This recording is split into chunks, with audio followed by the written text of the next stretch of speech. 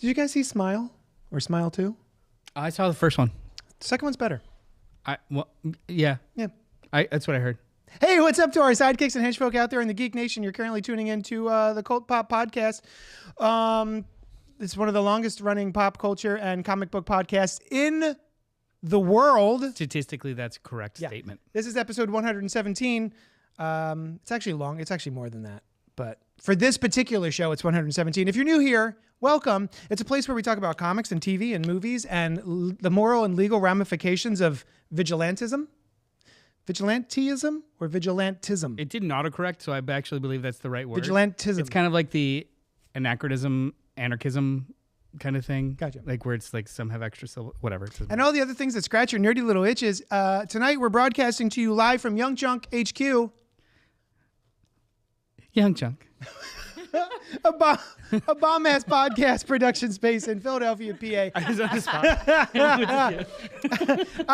I'm your host, JD of Johnny Destructo's Hero Complex, a rad-ass comic shop located at 4327 Main Street, Philadelphia, PA 19127. Come buy my stuff because you love me? I don't know if it should be like affection contingent or Yes, emotion. exactly. Yeah. I will love you. There we go. If you buy my stuff. That's an ROI that's like measurable as opposed to like, because you love me. With me tonight is my favorite person, my soulmate, my partner in crime. But enough about Noel. Boom. Live in studio, actress and entrepreneur, previous co-host of the CultPop podcast, Su-Shan. This is how we clap. Audio only. Audio only. You could hear it. Like That was her waving. Also, Noel. Noel's here. In the booth is our expert producer, Dylan. Hey, Dylan, if anyone's watching or listening, thank you. But if they want to know more about how to create a show here in Young Junk HQ, how do they do that? Well, how to is so simple. Look at the bottom of your screen, which you are so elegantly pointing to. Thank you. this is my elegant point, or This is my aggressive. Oh, this is It's Beautiful. Ooh, a little Vanna White there. Yeah. All right. Okay. And if you're listening, just, elegant. just not- imagine. Puerile. Not.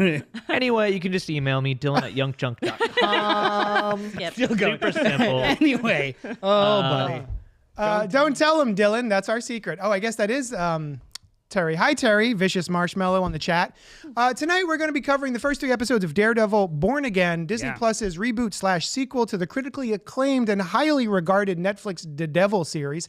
But before we do that, we're going to talk about what we've been enjoying this past week and all that fun stuff in a segment I like to call What's Poppin'.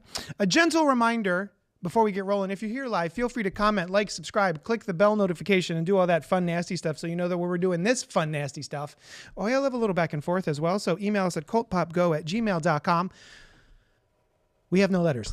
I have. We got nothing. I have a something. Oh, you have a something? Very quickly. I love a something. So I wear this sweater a lot. It's like my new favorite sweater. And I was soft. I was told. I was greeted with, what is that? By whomst? Just a person, an unnamed person, a random person. Okay. About 47? Yeah. It's not 47. It's 407. That's Nope. an O. Nope. But okay. Okay. Because 47 has a connotation that I don't want. Thank you. Oh, am I thinking of 42 or 40? What's the number of the universe? It's 42. That's 42. I was thinking that. 47, the 47th president. So they thought Ew! that. Yeah. So it's 407. Sorry. Yeah. That was a legit reaction. I'm sorry. Which was also my reaction as well. Yeah. This is my college alma mater. 407 is the area code in Orlando, Florida. And it's the Golden Knights. So it's a little knight head. Like an armored knight. 407. So I just wanted to really clear that up. Very clearly that is not an indication of the 47th anything. Person, place, or thing. Was this person like, yeah, 47, baby? It was more of like a joke, like, you know what that looks like? And I was like, no. No, it doesn't. You went Doesn't to at all. You went to IKEA, put together a table just so you could flip it. Yeah. Yeah. I punched a lot of people. So okay. Yeah, 407. It's a nice sweatshirt. 407. I hate it now though. 407. Also 321. What? Those are the area codes in Orlando. Oh, thank you. Sorry. I'm the 215. I have college. Philly. I have mild college pride. Mild. I don't. That's it. Yeah. It took like 15 years. When I was there, I didn't give a shit at all. Okay. You got Dylan's showing his mild college pride. It's mild. It's pretty mild. It's like a little yeah. sizzle of pride in some of the things that the college does do, but it happened like 15 years later of like, oh, that's kind of a cool logo. I went there. Oh, I'm not going to donate though. But go on. So anyway, we're going to move on to the next part of our show, which I lovingly call What's Poppin', wherein I asked my friends, lovers, wives, what was popping for them this week. Yeah. Should we get Renee on the Is line? this like an F, Marry, Kill? Is this like an F, Marry, Kill? Yep. Yeah. No. Yeah. What was popping for you this week, little brother? I went to the movies. Oh, I went to the films. I love those. Yeah, You went and saw your stories on the big screen? I went and saw my pictures. I had a little popcorn. It was a packed auditorium Oh. of 6 people. Oh. Yeah, it was like 6 or 7 I people. was going to say, It was like an afternoon. I can't remember the last time I was at a packed auditorium. I went to a delightful afternoon matinee of Mickey 17. Ah. Yes, the new movie written and directed by Bong Joon-ho Yes. of Parasite, Host, Okja, Snowpiercer, And Mickey 17. Barking Dogs Don't Bite. Oh. I don't even know that one. Mother. It's just all bangers. But yeah, this is the new movie with Robert Pattinson and Stephen Yeun and Mark Ruffalo, Toni Collette, your girlfriend. Sure. I'll tell you. know Did what? you like Yeah. Toni Collette? Yes. Yeah. Yep. Everyone Tony. everyone that we talk about is connected to you somehow. Yes. Yeah. So Toni Collette, your girlfriend, the witch mom. This is a very weird movie. You guys familiar? Have you seen the trailers for it? Yes. Yeah. It's very Trump coded. It's very like the basis of the movie is that Well, it's about an In a- idiot. no, it's more Trump coded. it's more than that, okay. Like Mark Ruffalo plays a failed politician who kind of becomes a bit of a cult leader and inspires thousands of people to join him in an excavation to inhabit a new planet. Oh. And they are all fervent, me first, literally wearing red caps. Oh, wow. Yeah. Okay. And it's faith-based. It's culty Questionable faith-based. Science ethics. Also. Yes, very questionable science ethics. I have not seen it. But in the universe of the movie, cloning has been figured out, but it is outlawed on Earth, period, because of all the moral ramifications of it. But it is legal in space, not unlike the high seas. Wait, so shut up. Eddie Madison, happy birthday yesterday. whoa, happy birthday, Eddie! Happy birthday Me to too. you. Okay, good. You didn't want to pay for the whole song? No. Yeah, they're going to sue us. The big birthday is going to come down on us hard. So the only time that they use cloning is for expendables on long-term missions in space. So this delightful idiot played by Robert Pattinson, who's still the most charming actor. He's like my new favorite actor. He's charming and everything. Him and his best friend, Stephen Yeun, are in for a lot of money and go to escape their debts by doing this. And the only thing that he's eligible for is to be an expendable. And he doesn't read the paperwork. So he's like, yeah, whatever. His job is literally to do the most dangerous things and die intentionally while they study him. Okay. So it's like, hey, can you go fix this thing outside of the hull? While you're there, can you take off your mask? We want to see how long it takes for the solar radiation. Don't forget to let us know when you go blind and when it starts to burn, like shit like that. Go out when they get to the planet, go outside and breathe it in. Just breathe in. If there's anything going on, breathe in. Yeah. And then he dies of like nasty toxins, and they do it to him over and over again to create a vaccine. His job is to die constantly. Does he when they resurrect him? Does he remember his previous death? It's a whole thing of like constantly uploading and downloading, and he literally gets printed out. The way that they kind of because like as he gets like it does like a gz, gz, gz, gz, gz, gz. But it's all like the waste of the ship, like all of the food waste and the bio waste and dead bodies and everything of the ship just kind of gets put into a big old wet paste and then is used to reprint out. It's so wonderfully funny. Yeah. It is a really weird movie, like a crazy weird movie. That I ultimately like. It's the kind of funny where you're watching it for an hour and a half and no one is saying anything. Yeah. Because no one in the theater is reacting at all because they're like, what am I watching? What is this? And there's about an hour and a half in, Mickey, the 17th Mickey. I see. He is invited to go have dinner with the president, or the leader, and his wife, which is Toni Collette and Mark Ruffalo. Yeah. They're having dinner. It's really, really awkward and weird, and he's doing his stupid thing, and she's controlling him. And they go to do grace, and one of the other characters in the room is trying to say a prayer, but she's getting broken up. And they just start to like sing a hymnal that everyone knows the words to, and Mickey's just eating and like kind of half singing it. And you realize like this is just a fucking farce. Yeah. And everyone in the theater started laughing. Oh, okay. Like that was the point where it was just like, oh, we all know what now we know what this is. Yes, yeah. Because it is such it's like a very, very pretty movie. It's a very smart movie, but it's so dumb and so on the nose at the same time that you're like, I don't know who I'd recommend this to. Right. Because they would expect something completely different, and or they wouldn't have the patience to stick with it to kind of like keep going. Okay. But I liked it. Yeah. Okay. Went to see it. I haven't seen it yet. Whomst? My mom. Oh, what did she think? Okay.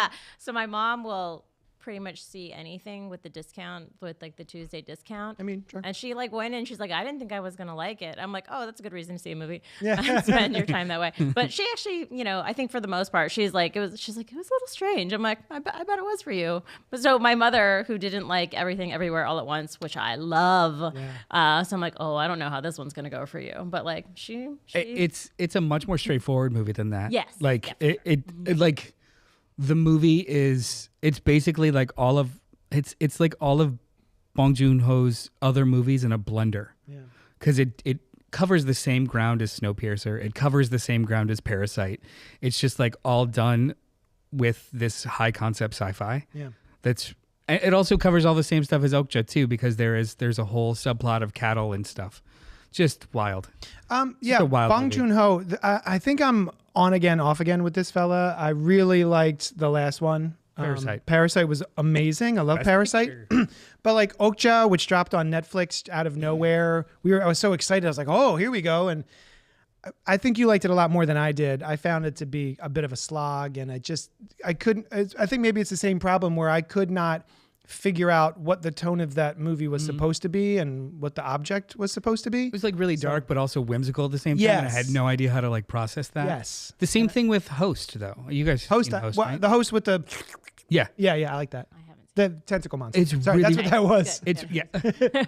No, I got that. I know your sign language by this point. It's really, you would really like it because it's a monster movie on the surface, but it's actually just like a really, really weird family drama with an intellectually he's not disabled, he's just incredibly immature, an intellectually immature father having to like deal with finding his lost daughter. So like not having the process skills across the board. And I think that's part of the thing, even when you're having trouble settling into the story. My ideal from studying, like maybe like you and I have talked about this with screenplay writing, like if I can predict it early, it's not fun. I'm bored. I don't want to go on that ride anymore. But like I find them like less predictable, and so I'm more engaged. Sure. So that's part of it. He puts his movies in blenders too. So yeah, and it's you watch enough, you listen to enough songs, you watch enough movies, you can kind of hear the chord progression and like I can find the rhyme patterns at this point. Yeah. I'm like, okay, I know this whole song now. So like we have a choice that either makes us more jaded or it makes us start to appreciate little things more. So like little things more being like, oh, in the corner of that scene you kind of created this whole system and that's kind of cool with the world building, or this is kind of, they're the pins for their little group looks like a cult symbol that's familiar with this. Like just the little pieces that you kind of appreciate a little bit more. We're going to circle back on this, I think, this whole conversation again when we get into the Daredevil chat later. Speaking of chat, Eddie dropped us a like, dudes. Thank you. Live, Die, Repeat. Yes, that's the Tom Cruise. That is one of my all-time favorite sci-fi action movies. That's a good movie. I love Edge of Tomorrow, Live, Die, Repeat, whatever you want to call it. It's called Edge of Tomorrow. It's so goddamn good. I love that movie. And Alice is here. Hi, friends. Hi, Alice. We miss you. You're not here. Oh. That's not what I meant. We would love to add your energy to this amazing show already. Awkward. Oh. Hey, Su-Shan. My love. What was popping for you this week? I'm very much into I don't know. I think it dropped in mid-February, but No Taste Like Home that's a Disney National Geographic project with Anthony Porowski from who was originally on Queer Eye, and it's so lovely. And I think what it does for me, he takes a celebrity on a genealogical journey through food, which I think is such a cool neat idea. And it's just it's one side for me such a nostalgia factor of not having gotten to go to Asia until like my later 30s and getting a whole side of my culture that I hadn't experienced before, but like the food, you know, and I felt that so much, and it's so fun to see these celebrities make discoveries about things they didn't even know about their own families and have this amazing food journey. And it's just so lovely and wholesome in this time that is so stressful. And it's just my little Zen go-to right now. Yeah. Porowski takes famous guests on an international journey into their past through food in each episode. The reason I even was excited about this was because Florence Pugh showed up. She's on like the screenshot. She's on the ad. And I went, oh, Florence Pugh's here. Should we watch this? So yeah, the first episode was Florence Pugh, and then we had Awkwafina. And then this one was Justin Theroux. Yes. Yeah. And that's as far as I got so far. Yeah, 3 episodes. Oh, looks like there's I like Anthony. He was my favorite of the Queer Eye. Yes, he is delightful. I loved his stuff. There was one specific episode of Queer Eye that I don't know if it touched me, but I found it incredibly endearing, where he was teaching a bunch of very nerdy, socially inept sorority frat guys how to cook for their home and for themselves, not just like which actually I really appreciated about this like new Queer Eye. It was more expansive than just this straight white guy that's dumb, which was the original show, and this was like a frat house, a lesbian couple that don't know how to like coordinate their stuff because it's their first home. Like it was more. Well, and also there's elements of like couples therapy that I've seen, and I've never watched the original Queer Eye. Trauma, Yeah, it's just it's like a. It's just like some of the most wholesome television right now. And you know, I do watch that a lot as well, but like this just happens to be the newest one for me of like the things that I'm into. And also because we have a 4-year-old who did not adapt well to daylight savings, like we only have so much time. So like I will grasp onto the things that feel calm at this time. So. I'm calling an audible. I didn't put this in the notes, but I heard about this show on Max. I guess it's really popular. Bailing Out Loud. Have you seen the trailers for that? No. Has anybody seen it? It's a 21-year-old with extreme Tourette's. So I think back in 2020 or something like that, she became viral because somebody was filming her in a supermarket and posted it, and she responded and then just started like recording herself doing things on a daily basis. She has like aggressive Tourette's. And then it's just follows her family of 6, her wanting to like move out, how she functions with her boyfriend and their family. Like her fits and her tics are so extreme at points where like she's not even really allowed in the kitchen kind of stuff. Wow. Yeah. Like it's not just like the vocal tics or the social tics. It's physical as well. Yeah. Like she has, OCD and Tourette's. Oh wow! So even when she will like have a tic attack or something, she has to do it in 3s. Like it is very complicated, but she's also very charming. I think that makes a lot of sense too, in that like when you have so much that's out of control, that like the nature of wanting Grab to like anything you can in order to like control it, even if it is the chaos. Yeah. Yeah. Yes. But so I would recommend this show, but I also wouldn't. So it feels not unlike, in a little bit, it feels not unlike Love on the Spectrum. With Love on the Spectrum, it's all just them talking and their perspective, and there's very minimal editing. This is like a TLC show that is highly edited, and they will create like fake drama in between cuts. So it's like you're enjoying them talking and figuring out things, and then it'll be like one of those really, really terrible, like, and they tease a conversation and somebody walks off and it's music. Yeah. But then you find out when that actually happens, it's just like they were arguing about where to put the couch. Yeah. So it's like manipulative, but there's still like a net positive in just learning about Balin. So I'm on the fence with it, but it has made me feel just nice. You know, like when she'll go to like conventions and stuff and people because there's really no community that's very prominent for people with extreme Tourette's for the most part. Yeah. So I mean, it's an interesting watch. That is the number one thing that keeps me from enjoying most reality television show is the fabricated, extended drama. Yeah, of like just emotional manipulation. Yeah, it drives me nuts. I know what it's for. Like I can call it out, so it's not as bad. But like, I could at least tell with instances of like this show, the people are not being manipulative. The editing is. Right. Because like when the father is actually having a conversation with her boyfriend about what's going to happen and how I need you to help her, that's a real conversation, and those people are having a real moment. It's the stupid bumper sting at the end of it that I'm like, you didn't need that. Yeah. You didn't need that at all because there was enough. But anyway. Yeah. Yeah. Very cool. Yeah. So No Taste Like Home on Disney Plus. Did you pop anything? I popped a thing. So actually you popped a thing first and then I followed suit. So you had messaged me to let me know something very, very cool that you popped. Yeah. That you got in the mail. And I immediately was like, that's awesome. I love it. So I went and did the very same thing. So there was a gentleman on, he's on, I think I found him. How'd you find him? So I'm on a bunch of my social media, like Reddit and Blue Sky is just like all comics and movies and physical media. Yeah. And somebody shared one of his art pieces and I was like, is that real? Mm-hmm. And they were like, oh yeah, here's the guy's Etsy page and he sells these for 20 a piece. Yes. So you shared that with me and I immediately went to his Etsy page. It's Brainbuster Video and he makes these art pieces, quote unquote art pieces. I brought some. Here's the one that Noel got. Yeah, I purchased a couple too. So I went and he's got a whole bunch on his Etsy. Which camera do you want? Oh yeah, where are we going? Do you want me to go to her? You want to cover her face? You want to cover his face?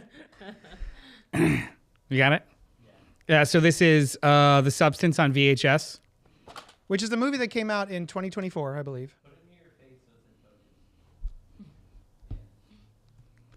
So this is a recreated art piece. Yeah. Yeah. And then I got the Evil Dead remake, which is, I'm not going to lie. 13? It's probably my favorite Evil Dead movie. Second best. I know I know you think that. This is my favorite Evil Dead movie. Then it's like right there with like Evil Dead 2. And then I also got Eli Roth's Thanksgiving because it feels like it should be on VHS. So these are art pieces where you get the movie on VHS and he's painted it, hand painted it. It comes with a sticker with my favorite part of the trailer, of the Thanksgiving trailer from, what was that movie? It was from Grindhouse. Tarantino and... I never noticed this before. There's blood transfer. Yeah. Additionally, it's not just... There's splatter. There's splatter. So yeah. I also picked up Evil Dead 2013 and Evil Dead Rise because I'm anal in collecting things. And I have Evil Dead 1, 2, and 3 on VHS already. Nice. And they didn't make the others for VHS because it is a dead format. Yep. So I bought it just to have the whole series on VHS. These are they're wonderful. They are playable, and they're great. Yeah. Yeah. I went through a thing, I think maybe during the pandemic, where all of a sudden I was like, I miss my VHS tapes. And there's just something about specifically horror movies for me, and maybe just some certain 80s movies, the Star Wars trilogy, the original VHS of those. I realize I have Scream on VHS, and I got one of those self-contained. It's a whole TV that like rotates around, and inside is a VCR.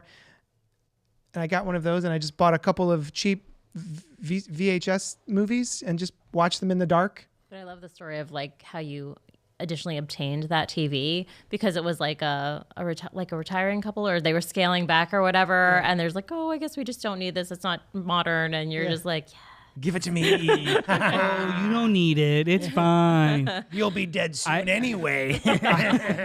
They were very old. They're dead now. Yeah. Brainbuster Video. Art pieces. So I actually contacted him to see if he wanted to put some in my store, is what I'm going to say. Wholesale. He goes all out on actually designing the covers and stuff too. Yeah. Like there's credits on here, studio information, quotes, fake stickers. Like it really is kind of a bespoke, really, really specific kind of art. Yeah. Are they all $20? Yeah. Wow, that's really reasonable. Yeah. Actually, Yeah. That's such a nice, like, very specific gift for just pop culture enthusiasts. There's so this is him kind of going out of his way to create something he maybe doesn't have all the permissions for. But there are some companies that are doing new releases on VHS, which is you've really gotten fun. legit ones. What company is that? Witter Entertainment, WITTER.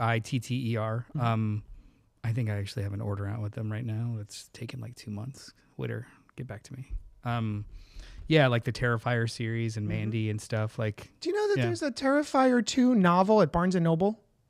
They made a that movie has novelization of Terrifier 2. That movie has enough plot for 4 movies, so that actually kind of I'm tempted to read it because I didn't like the movie though. Did you? I don't like the movie, but if it's a horror novel, I feel like it might be a little different. Right? You know what? I actually Alice, are you laughing at me, Dylan? Yeah. You sack of shit. I love you. He's chortling. He's chortling. He's chortling at your expense. That's fine. Expensive chortling. Yeah. There's if I know this is like an Alice thing, IP driven public domain horror movies. There's like the Steamboat Willie one is coming soon, and there's hey Alice, I don't know if you saw it. There's a trailer for the Bambi one. That's what it is. Bambi. Yeah. Bambi horror movie. She likes this crap. Yeah. It's great. Anyway. You can also get Thanksgiving on VHS. The better of the two. Yeah. All right. Let's move on to the main segment of our show, wherein we will discuss, review, and spoil Daredevil Born Again, the show that just dropped this past week. We will give our initial thoughts and perspectives, and then we will let you know when it's time to go blah, blah, blah, blah, blah, blah, if you don't want to hear spoilers. We'll let you know about the spoilers. Alice says, OMG, yes, with 3 S's. Yeah, the Steamboat Willie, I think it's Screamboat or some bullshit like that. It's actually going to be in theaters for like 1 week. So maybe we could maybe we could figure something out. Yeah. All right. Sorry. Daredevil Born Again, season 1 just dropped. Developed for TV by Matt Corman, Chris Ord, and Dario Scardapane. Scardapane. Yeah, sure. I did it. Starring Charlie Cox, Vincent D'Onofrio, Deborah Ann Woll, Eldon Henson, and more. Matt Murdock finds himself on a collision course with Wilson Fisk when their past identities begin to emerge. Oh, Pink's in the chat. Mother was outstanding. Hi, Pink. Episodes 1 to 3, Heaven's Half Hour, Optics, and Hollow of His Hand. There's a 9-episode season, and season 2 is already in production for 8 episodes. It continues the continuity of the Netflix series, but is also a jumping on point. So, from what I understand, there were some production hiccups with this show. I think originally it was supposed to be its own standalone thing that was not technically connected to the Netflix. I can answer those questions. Well, finish the question. I can answer those questions. That question mark? Yes and no. Yes and no. So they attempted to make a version of this show that wasn't reliant on either or. Yeah. not unlike She-Hulk. Like that was the kind of template they were going with in regards to, yes, you've seen this character before. Yes, they can have that history. Yeah. It's not necessary here. Yeah. That kind of thing. Originally. So they developed the whole show in that kind of vein. And then they filmed a couple, but then there was the strikes. So during the strikes, they went back and they watched 2 or 3 of like the in the cans and how it was going. I believe they had six of them. Yeah, like filming, like I think 3 were done, but then 6 were filmed for. Yeah. But then they kind of realized like it's not really jiving, and we want to put a flag in the sand that yes, it is the same continuity. So they reworked all the footage that they already had, hired 2 or 3 more people, and just kind of like wrote around what was already shot. So it wasn't whole cloth thrown out, and it wasn't whole cloth redone. It was just, hey, we are in a stoppage of work. Let's adjust. And that was basically like they replaced the showrunners, right? Yes. Matt Corman and Chris Ord were the original showrunners for that originally incepted 17 episode Born Again.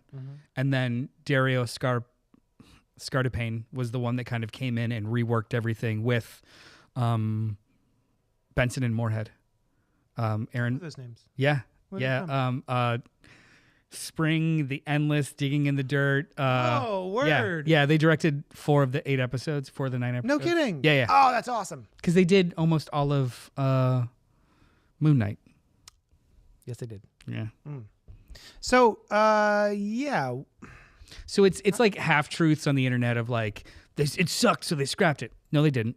Yeah. They wanted a different show after like they had events gave them the opportunity to pause and look. Yeah. And they were like, oh shit, we should do something else. Yeah. They wanted to make it a little bit darker like the original series was, and they wanted to include some of the characters that are from that series. So that I believe that whole 15-minute cold open for episode 1, which I'm still getting over, I think added too at the same time, all of the Echo was out, and then all of the Netflix shows were reacquired by Disney, and they were put on Hulu and Plus, and they were going crazy numbers. Oh, okay. Like Punisher was getting more views than it did on Netflix, and people were like rediscovering it.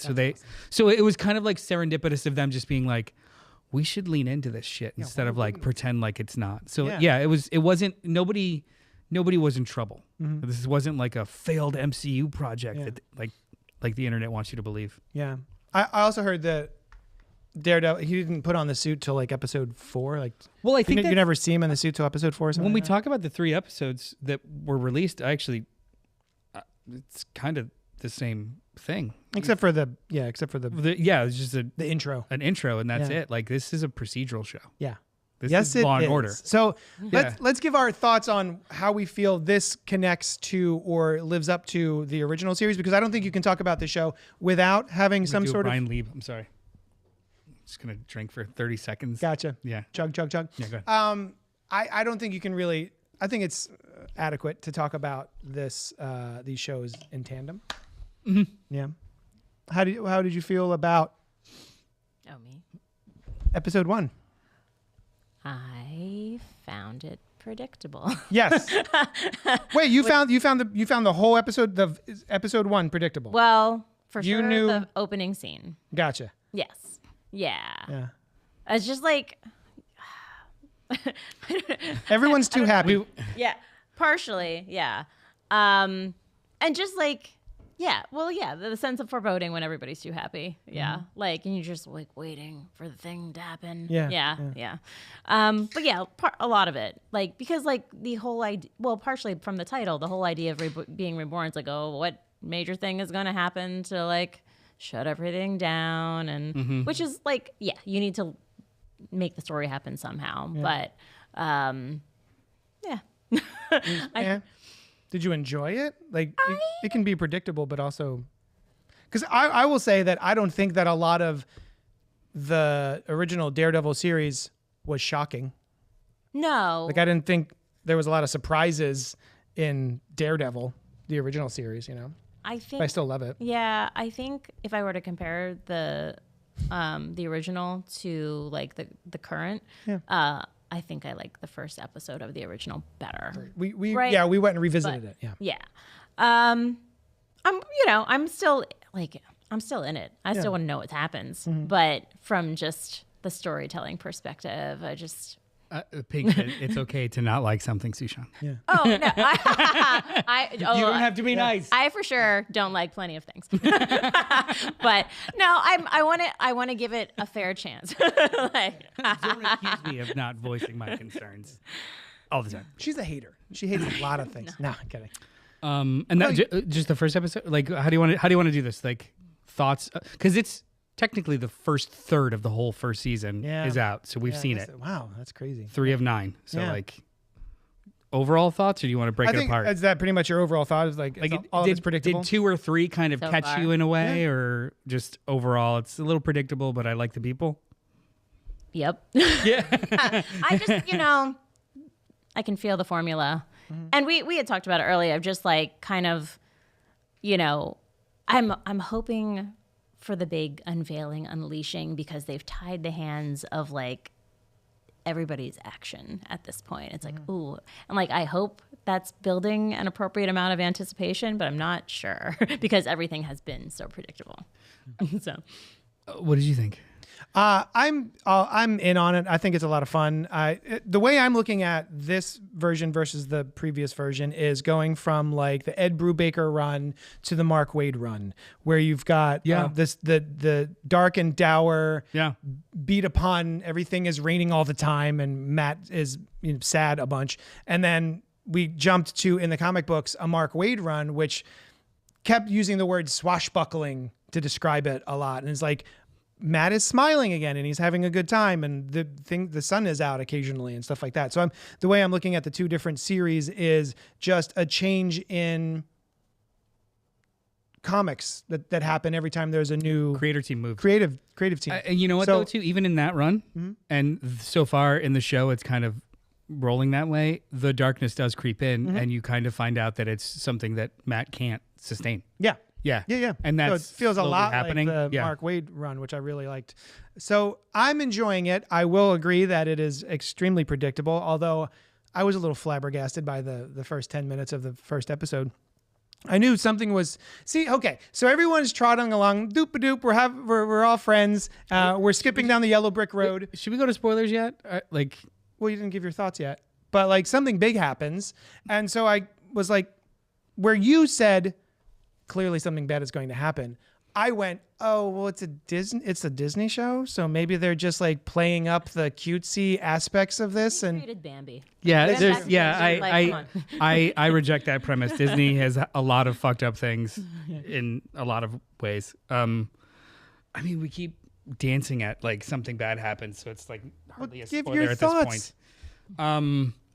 I think that I like it. Yeah. I like the show, but it's structurally completely different than the original show. Yes. The original show, for better or worse, was a bingeable show. It was serialized. This is episodic, and those are 2 totally different things.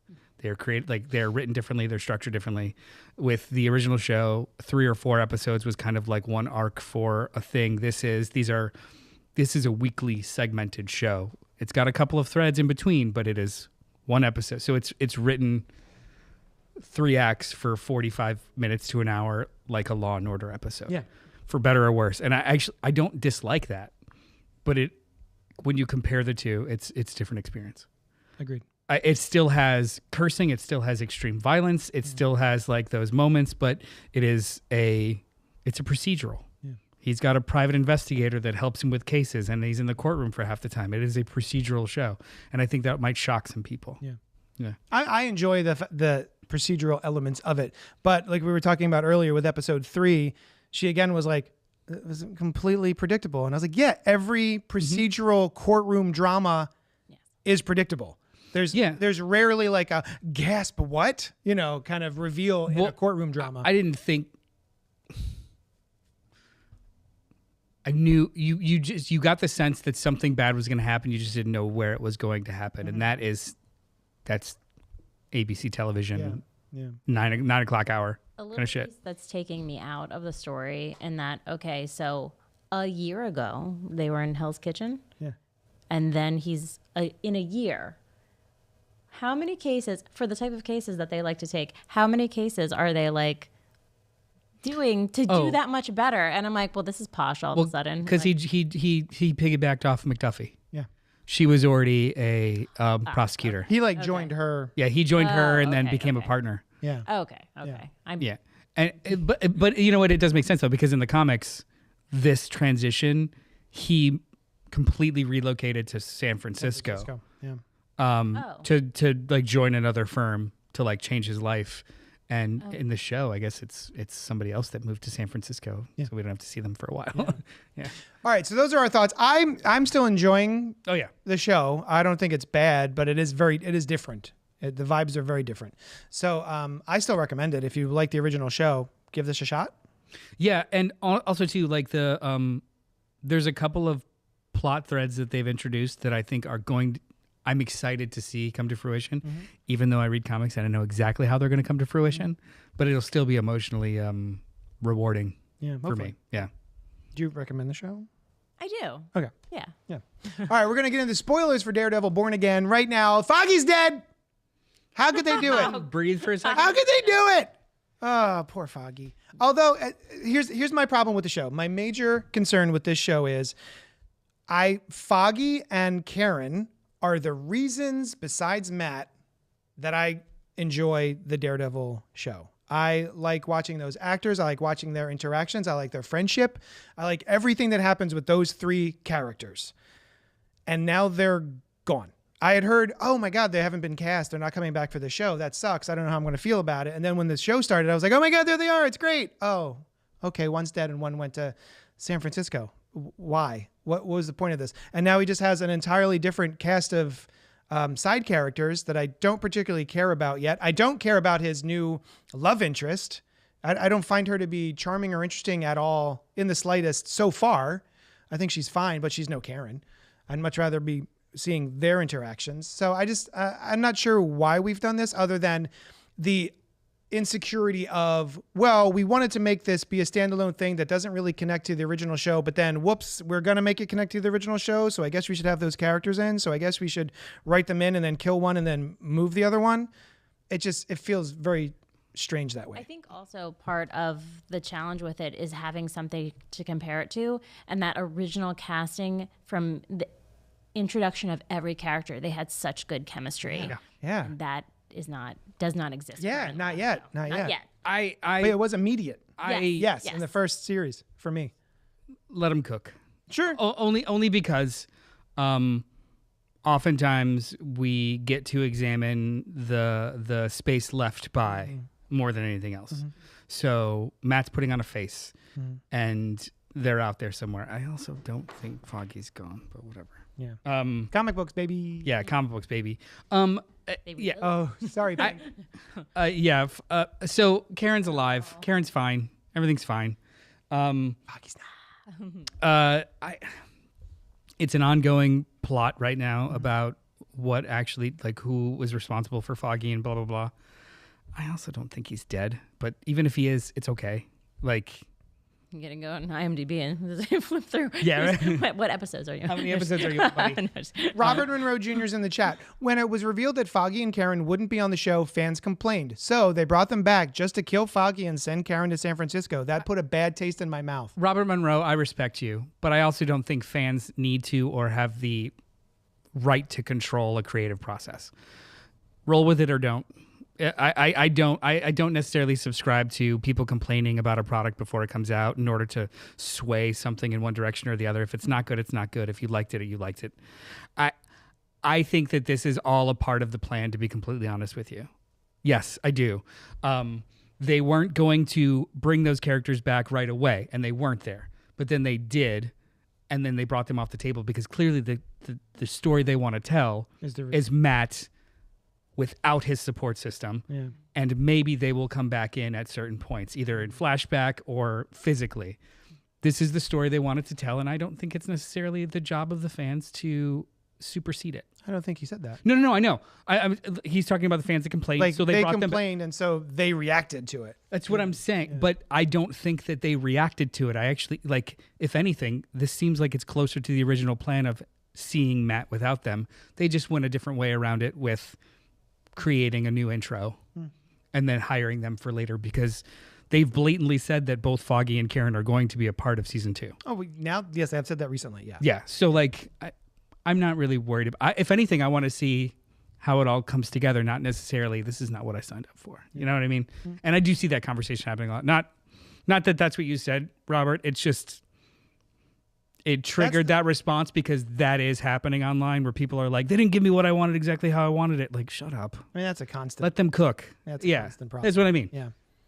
I didn't like the idea of it either, but I wasn't on there going, "Brrr." I wasn't like sending death threats to Disney. I think this actually parallels like comic books well, in that, like, okay, you take a different set of writers or a different production team or whoever that is, and like, oh, this is a different part of the story. Yeah. And like we were talking about, like the law, demonstrating more of the law side of it. It's like, well, yeah, he is a lawyer. That's nice to see sometimes too. But so I'm kind of excited for that part, because I like, different views of the same story. But I'm still. It's hard to miss what you missed, though, right? Like, right? Yeah, I don't mean to like push against that. Like, I've really missed that original makeup. Yeah, but I'm not. It's still available for me, and I'm not so like indebted to it that I'm not going to see that. My biggest issues with this show so far is how tonally it's different and how it's structured. Like, there's needle drops. It's a little weird. Yeah. I'm okay with it, but it's a little jarring, because the original show was just score and fade to blacks, and now there's like great too. needle drops of like popular songs, and I'm like, I get it. They've got a bigger budget. It's like before the show just kind of like, when you would be binging through it, it would end and it would immediately start. Now the shows are structured with, there is always an end denouement scene of one of the characters staring out in the distance, so they have time for the credits to roll. It's a completely structurally different kind of experience. That's kind of bothering me more than the cast right now. Sure. But I am loving the whole dirty cop subplot. With the tattoos. So cool. Yeah. So I'm glad that cool. they're touching upon that whole real life element. So cool. Yeah, with Frank. I'm very excited about that subplot. And yes, there have been Foggy's been part of the DD history from the beginning. Hopefully Foggy isn't really dead. There's literally comic runs where he's not really dead, but he's dead, but he's not really dead, but he's dead. So if they want to bring him, if they want to bring him back, they can. Yeah. And we heard his heartbeat stop. Mm-hmm. That's it. Yeah. There's also ambulance. Scene, that was a great scene. That scene's always going to stick with me. Basically, you've got Foggy on the ground. Karen is holding his chest, trying to stop the bleeding, and Daredevil and Poindexter are up on the roof, and she hears a thud behind her, and it didn't occur to me until her turn. Like, she has a reaction, but I thought her reaction was still about Foggy. I didn't realize she heard the thump, and she does this. She doesn't want to turn around because she thinks she heard Matt land on the ground. And when she finds out that it's Poindexter, what a scene. Sam was like, "How did he live?" I was like, "Well, you see, at the end of the third season, they reconstituted his spine with vibranium." I was like, whatever. Yeah. Whatever. Pink says, we haven't finished the original series yet, and we'll do that before watching the new. My only concern is that they're going to lean into the Catholic thing in a cringe way.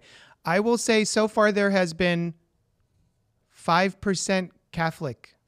Where are you in the original series? Because season 3's got a really big Catholic subplot. Yeah. But whatever. It's good.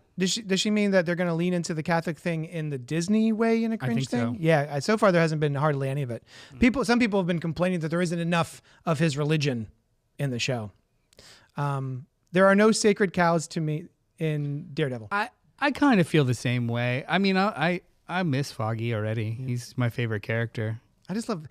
It's not even Karen. It's not the character of Karen. It's Deborah Ann Woll playing Karen that I find so charming, and like her her relationships with both Foggy and Matt, and just the three of them together have such actorly chemistry that, like, I don't particularly care about Karen, the character from the comic books. She's been dead since the 80s. I don't care. That's not true. She's been dead since the late 90s. Kevin Smith's run. I think it was like 98, 99. So yeah, it's really just the actors doing their thing. And like knowing what we know too about the production, I mean, they might have already filmed all this before they restructured the show, so those characters don't have a place to play yet. Right. Do you know what I mean? Like if they filmed half of the season before they restructured, yeah, they have to have a story reason for Karen to go away for 3 to 4 episodes, and they have to have a story reason for this person to not be available for a little while. Like, it's cool. I dreaded watching comic storylines play out with Karen, honestly, says Pink. Yeah. In the show, when I was talking earlier, there was not a lot of surprises. The most stressful parts of the entire Daredevil series from Netflix, each one involved Karen and me going, oh my God, they're going to kill her. Oh my God, they're going to kill her. They're going to kill her. There's that scene where she's there with Wesley. Is that his name, Wesley? Yeah. Kingpin's like His best man. his best man at the table. So I'm like, oh my God, she's going to die. She's going to die. I'm not ready for this. So yeah. That makes so much more sense, because you never told me until the start of the new series that she's been dead for a long time, and I'm like, why are you Yeah. so Why are you so nervous? Yeah. Yeah, Bullseye. I just love her so much. Bullseye kills her, like in issue 1 of. In a church. Yeah. Yeah. Yeah. Also, too, she's Karen Page is like the most fridged character in history. Like she was a drug addict, then she was a prostitute, then she was murdered. Porn. She is the most abused by writers character in like comic history, and it's fucking terrible. So like, yes, when you're watching the show, like, how are they going to ruin Karen? How are they going to torture Karen? How are they going to destroy Karen? Poor sweet Karen. Yeah.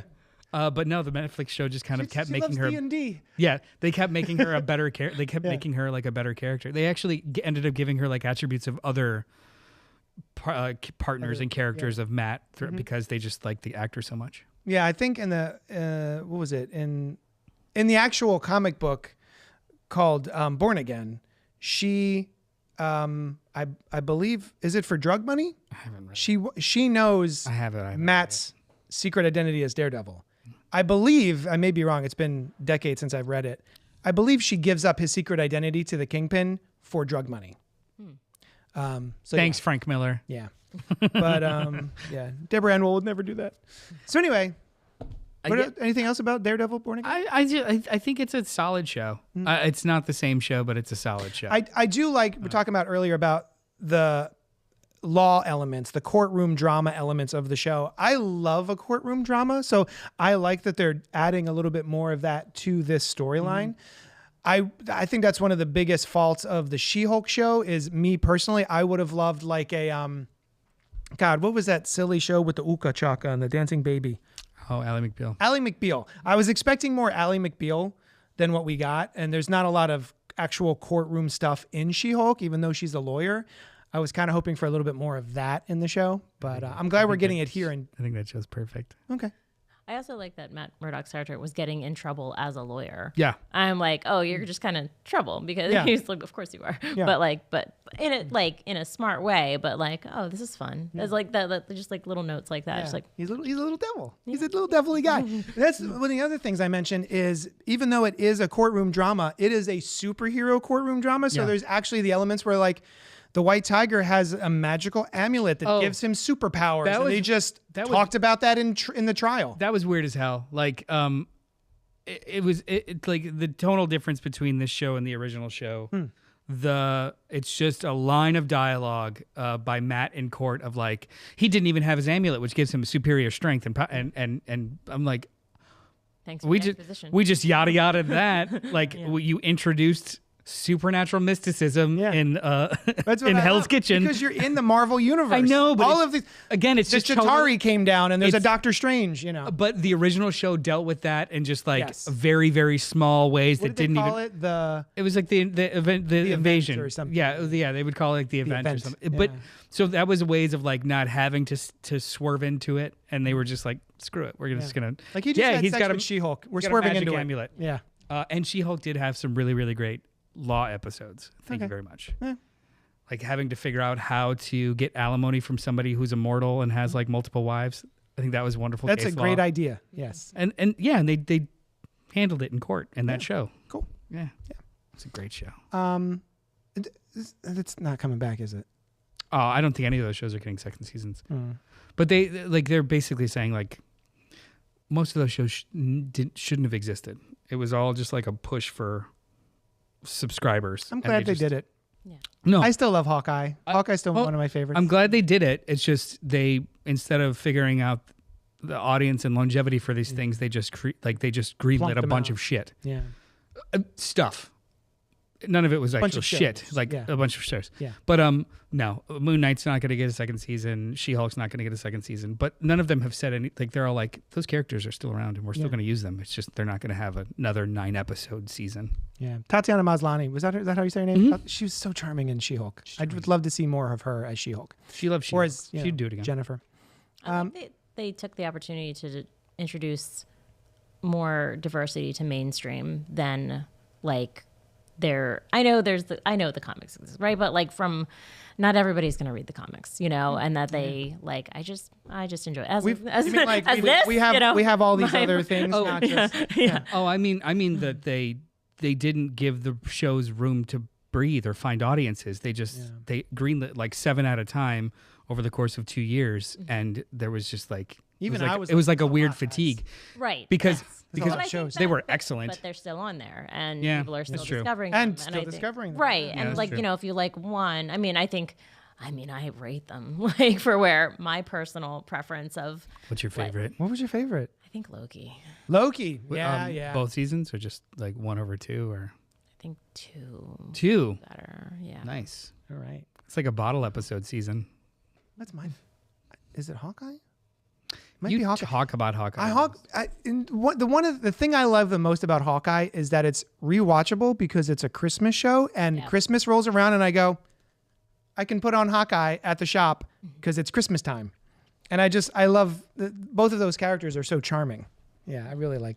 And I've put on She-Hulk multiple times too in the We shop. put on Ms. Marvel at the shop. Oh, too. and Miss Marvel we watch a lot too. Damn it. And just like think any of them there's are something about like especially in the shop and especially on a weekend when the teenagers are in, like it's a good energy to have in the shop all the time. It's like never a show that you put on the background and you have to worry about in any way. So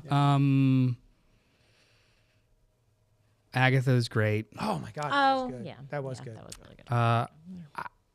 I like Falcon more than I don't. I think I don't like Falcon more than I do. I- but the speaking of charm, I like love the the two of them concept. Yeah. hanging out. That's what I'm there for. Is like their bro. I loved love. 90% of it, and then it just had a whack ending. But like such a good idea of like refugees that were blipped away and blipped and then Such a good landed. idea. Yeah, Yeah. awesome idea. I liked Moon Knight a lot.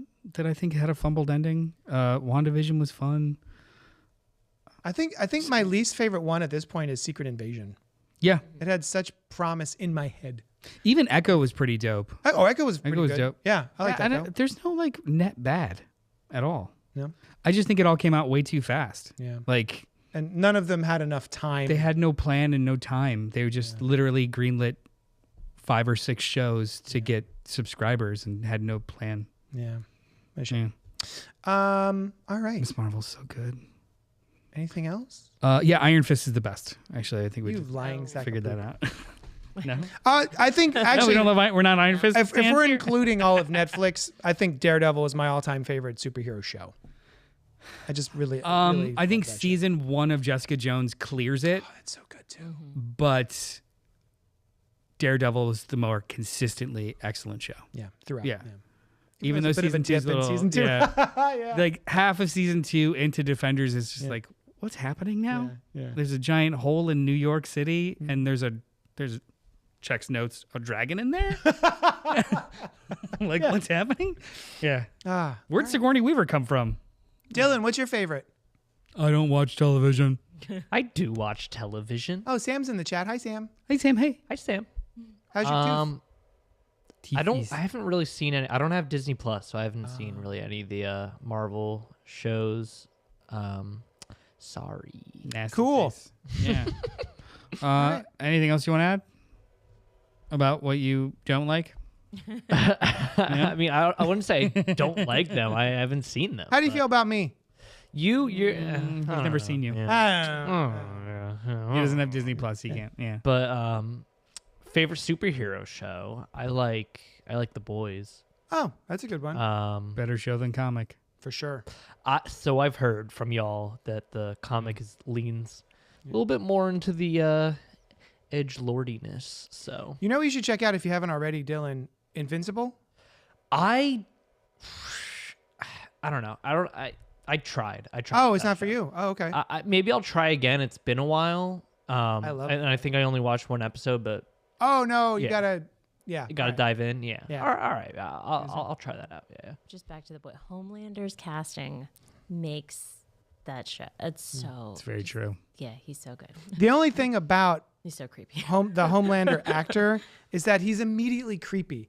Yeah. Yeah. As opposed to being like, oh, he's a charming kind of guy, and then, oh, no, he's terrible. It's just like, oh, no, that guy's clearly evil. Right. Yeah. Yeah. But I mean, he is fun to But watch. he's having so much fun. He's chewing up Yeah, everything. Yeah. Yeah. And then the spin-off show. What was that called? That was great. Gen 5? V. Gen V. Yeah, that I was watched pretty. 2 or 3 episodes of it. Oh, I loved Yeah. I loved it. I like What it. are The boys? ending makes it worth it. Is it? Because Cause then you understand more in the latest season of The Boys. I didn't have trouble. Well, Hey, a virus. It was good. well, no, Yeah. like there's other things like We haven't seen the new that are like certain characters show up and you're like, oh yeah, they're from- yeah. The ones. That, Oh, did the kid show up? did you see the recent season of? No, child is preventing. Yeah.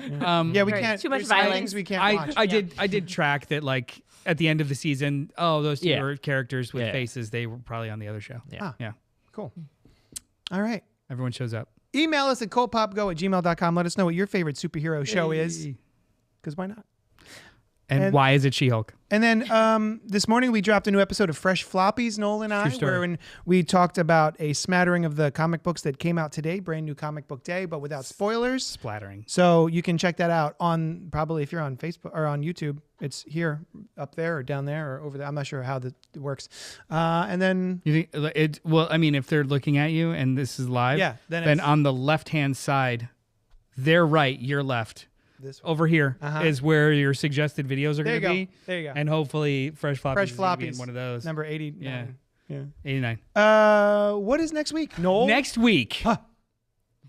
we are going to be talking about Uh-huh. Twilight 2 Electric Boogaloo. Are we really?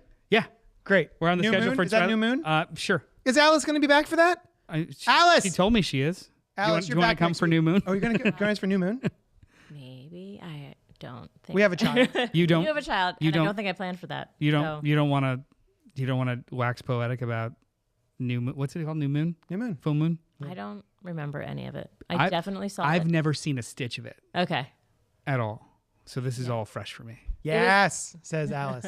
YAS. Yeah. Next week is Twilight New Moon, Nice. and then the week after that, if everything goes well, will be Missions Probable Part 4. All right. So we're So join back to us back. for those. Yeah, and that's it. I'm coming. I'll be back. She's on. I'm coming, I'll be back. I picture her driving now, like I'm coming. I'll be back. Twilight. Thank you so much for hanging out with us, and we will talk at you later. Do do do. Prepare yourself. Prepare your body. Oh.